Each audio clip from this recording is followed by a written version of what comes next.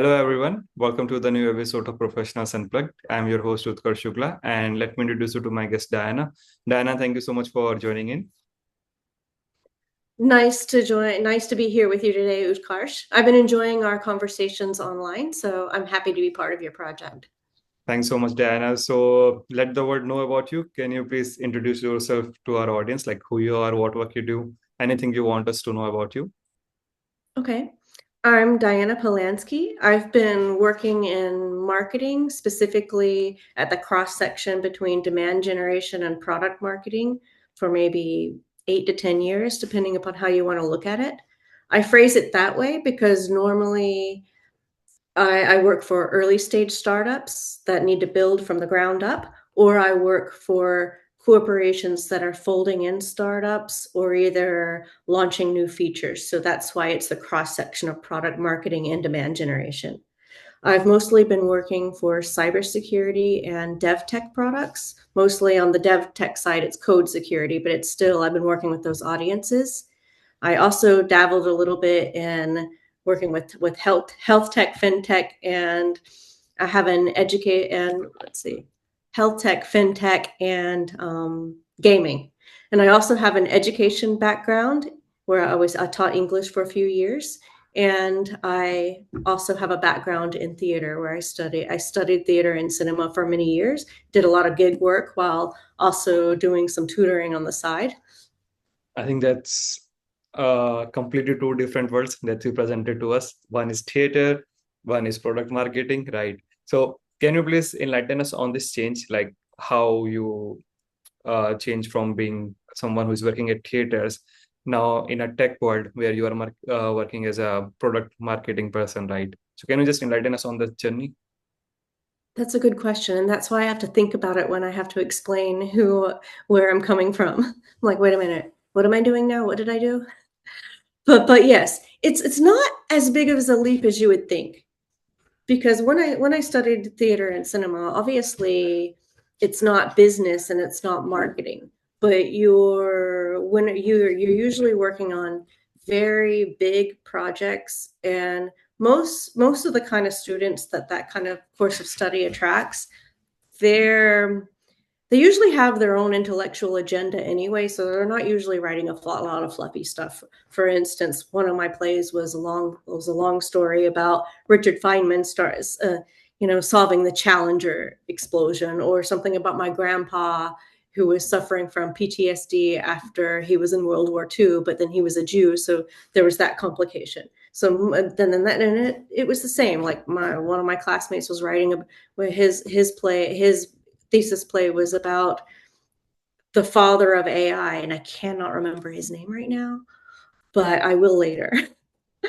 So you have that, but then you also have where every production that we make, we have to where we do have a genesis of the play of why we were inspired by it and what made us want to write that. But then the second step would be, and that's in the marketing too, you have to know your why. But then the second step would be to know to our audience and like you can't, and then also to know the team and the tools. Or am I going to use like a big stage? Am I going to do it in the park? Like if it's in the park, is that a park where there's families? Because that means it can't be what you would call rated R. And I did have that situation once where we were putting together on a play. I was doing in a dramaturgy role then. That's basically like a script doctor for theater, if you want to look at it that way. A researcher plus script doctor. The play was pretty graphic, but we couldn't afford a theater. So then we were putting on in the park, and we almost had to cancel it because it was a family park. And then we solved it by putting barriers with warnings all around, everywhere that was close to it. So then you have the same thing when you're marketing a feature. You need to know the audience, who's going to be there, where they're hanging out. For instance, if I'm doing dev tech, I'm not necessarily going to market it the same way as when I'm marketing to a cybersecurity audience. The content might be pretty similar these days because it's starting to kind of come together, but they're not really going to be, taking in that content in the same places. For example, developers, they're on GitHub, Stack Overflow, the dev to all their little magazines and tools, and then the security people, they've got all their little magazines. Do you hear my dogs? They've all got all their little magazines and LinkedIn as well. So you market a little bit differently, but then the similarities would be the style of the style of the content, and like for instance, you have influencer marketing for both, and you want to, and at different points in their journey, you might want to have places where you're giving an overview and places where you get more technical. So a lot of that is going to be kind of the same. Right. And I think that's a very good explanation in terms of how you have related both these words together on the point of being storytelling, and on what point they both are standing at the same point, right? So I think that's really a great explanation. And coming to the world of product marketing, right? So this is something that is really important because a product cannot sell without a proper marketing. Howsoever good the product is, if it doesn't have a good marketing strategy, the product fails, right? So, what are your takes on this thought, and how do you think product marketing is shaping up the industry? How is it changing the industry? Yeah, changing or shaping up the industry. Well, product marketing focuses a lot on like the specifics of the product, and like the buy like so you need to be able to get technical and explain how it works and what problem it solves. But and that's kind of a foundation, and a lot of reasons that they hired product marketers is because of sometimes engineers were a little bit too close to the product, so they were getting too technical or either too academic in their explanations, so the wider audience couldn't understand it. So you have that part, but you also have the part where it's very like which I'm alluding to here, is that your messaging needs to be clear and who your target, your audience, is very clear. And I think that's what we're missing right now in product marketing. In marketing in general, people aren't really speaking to their end users or their buyers, and they're making a lot of assumptions. There's a lot of influencers out there who that's their whole agenda now, is to fix that. And I like to make jokes about how Jim Morrison once said he doesn't need to start a revolution, but he'll join a good one. So I'm like, I'm going to join that revolution to try to make sure I'm not making a lot of assumptions, at least past the hypothesis stage, and I start to talk to people and get their opinion and then bring that back to my teams. But usually that's skipped because people want to move fast, or they copy competitors and they're like, let's just do what they did. Yeah. And so I don't want to get away from that. And in order, especially when you have AI now, you can create that sort of generic content really easily. So it's going to be very important now to create things that are very specific to your solution, to your founders, and to your buyers. I totally agree with you with what you have just said about product marketing thing, right? And especially the first point where you mentioned like when working with engineers, sometimes engineers get too much technical, and the in-depth knowledge might be lost when it comes to the consumer, right? So, what's your take on this? Like, especially working with engineers. I love working with engineers, but that is kind of why product marketing was created.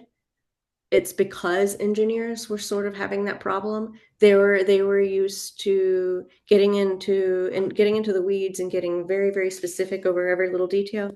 Plus, any kind of writing that they would have done was academic.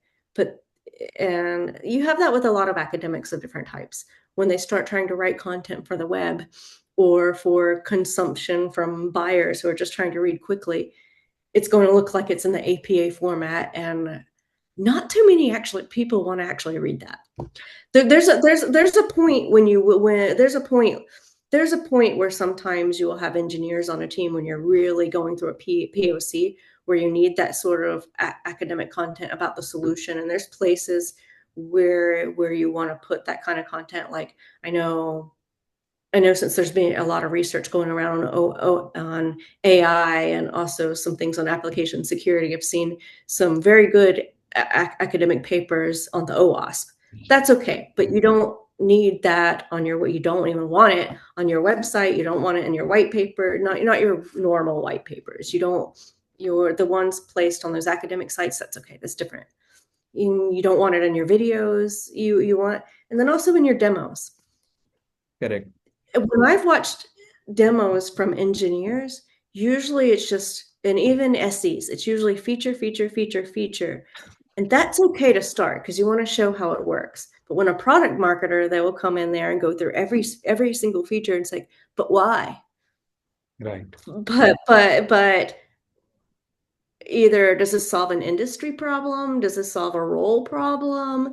What is this actually doing? Why did you build that? Because the people who are buying this, they're not just buying cool tools. It's not toys. They're solving a problem, and we need to help them explain what problem this solve. And I'm seeing that a lot of tech marketing is missing that these days. They're just they're advertising as if they're selling to everybody, but we don't actually know what problems it's solving. It's Right. a it's a bigger deal usually in the cybersecurity industry and and deep tech industry in general. But a lot of us marketers are trying to kind of help get out of that, get closer to the buyer and the end user, and stop making assumptions, stop copying competitors who may be doing it wrong anyway. So we're trying to make change. Correct. And if I talk about the challenges that you have faced in your life, so can you please tell us few of the challenges that you have faced? Personally or professionally? Both are welcome. Okay. Um, well, let's tie it in together on why we got in touch. You saw a post. I just happened to post something because I wasn't feeling all that well after an interview I had that I expected to go extraordinarily well. And I realized that it was like the perfect fit. There was a few things that I hadn't done yet, but I could explain very well on how I can do it in the future and how I want to. So I was like, okay, but everything else was like I mapped and it wasn't going well. And I've had a number of these instances. So I posted something on LinkedIn about why I thought that interview was upsetting and why interviews in general are upsetting. And I tracked it back to the neurodivergent communication. And I think that that's been a really big challenge. Wasn't even diagnosed with ADHD and autism until last year. I would have flown under the radar because I was considered like very very, very smart, mostly passing as normal. Maybe some people have made comments like, "Oh, you're a little weird, you're a little quirky," or whatever other thing, or then tried to give me leadership tips to change me. And I took those speaking courses. I took those leadership courses. Didn't do anything except for made it worse because then now I'm feeling bad about everything I say. So now I stumble over. Now, because of that feedback, now I watch myself more than I ever did. Well, and now I'm working on going back. I'm like, maybe that wasn't the right way to go. So that's been a challenge, but it's also a challenge. And then you saw a follow-up post on that where I explained how even putting together a portfolio and selling your career steps as a neurodivergent person is very hard because your background is probably going to be very non-linear and you wouldn't have worked as a neurodivergent. People tend to be underemployed or work in jobs that other people wouldn't take that maybe have reputation problems or managerial issues, Mhm. partly out of necessity because they're not offered as many jobs, but also they don't necessarily they take everything at face value that people tell them, and so they don't necessarily see the problems until they're in the environment, and then they see all the dots adding up because they're bottom up thinkers as well. So they once they see the patterns, and then they have a tendency to try to make things work. So usually they'll go to their bosses and explain the situation, say, here's how to fix this, because they're little problem solvers, but then that's seen as kind of rude. So then they eventually aren't treated very well at work. So they just leave. Now, what people don't know is they usually start that because they see way ahead of everybody else as a general rule.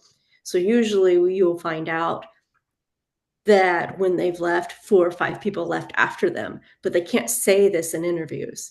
They can't say my boss was micromanaging on political and didn't let me do my job. They can't they can't say that kind of stuff. They can't say that they changed my role every 3 or 4 months, so that's why I don't have a lot to show. Like they Yeah. can't say that stuff. Correct. And if I ask you any story that you can share from your life, what it will be? From my personal life, well, I like we also connected because I love animals like more than people. I like people. But I'm more interested in people from a psychological point of view.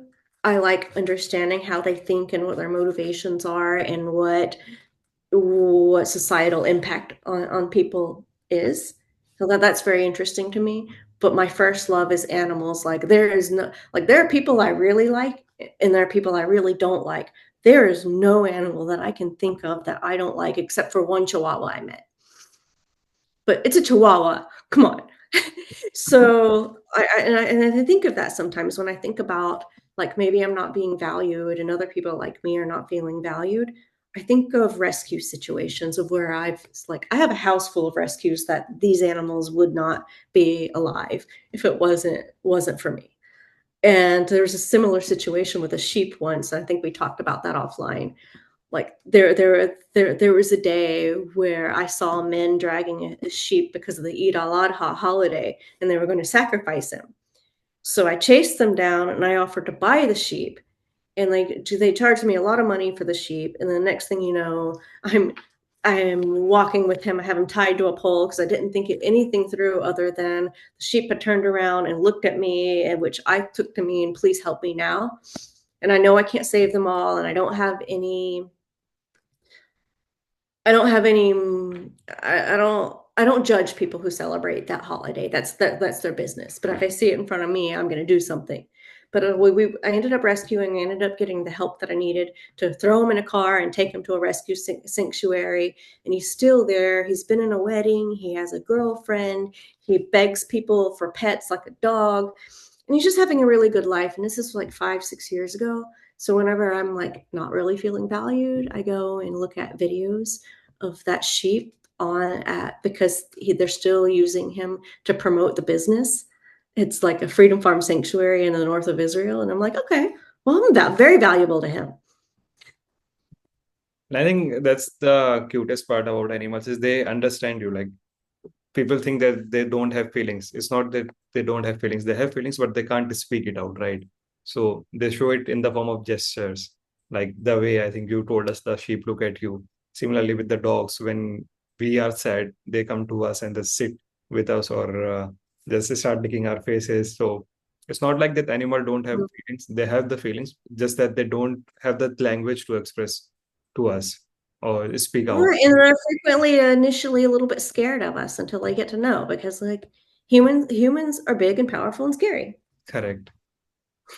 Totally agree with you. And I also have like a lot of animals around my home. There are a few squirrels and that just live on the trees just in the front of my house. And we fed them daily and they come to our houses and make the squirrel noise, that the squirrel noise that they have. Yeah, I had a pet squirrel when I was a little kid. That should have clued me in that I was autistic because I had a best friend who I talked to about the squirrel every day, every little detail about that squirrel. And I was learning about squirrels and giving all those details. And one day she pulled me aside. She's like, "You're really hurting my feelings." I'm like, "What?" Because I thought I was connecting with her. She's like, "I don't have a squirrel. I can't talk about that. And and you're only talking about this squirrel. And I feel left out and I don't know how to talk about this." She must have asked her dad because I can't even imagine a 10-year-old knowing how to communicate that to me. She must have asked her dad. But that should have been the first clue. So Correct. And coming to our next question. So, what is your dream right now, or what's your main goal? I have a couple of goals. I mean, my real personal dream is kind of two part. In some ways, I want to go back to what I initially studied, and I want to and some things in my background that I know really need to write about, and I want to write finally rewrite or start writing all those TV shows and screenplays and get them out there into production somehow. So that's one. And then two, I want to save all the animals and all the people who are homeless and figure out whether it's getting enough money to buy a big hotel and put them all there, or whether it's a care farm where we're treating them at the same time as they're working or playing as animals, because I'm not going to make my animals work.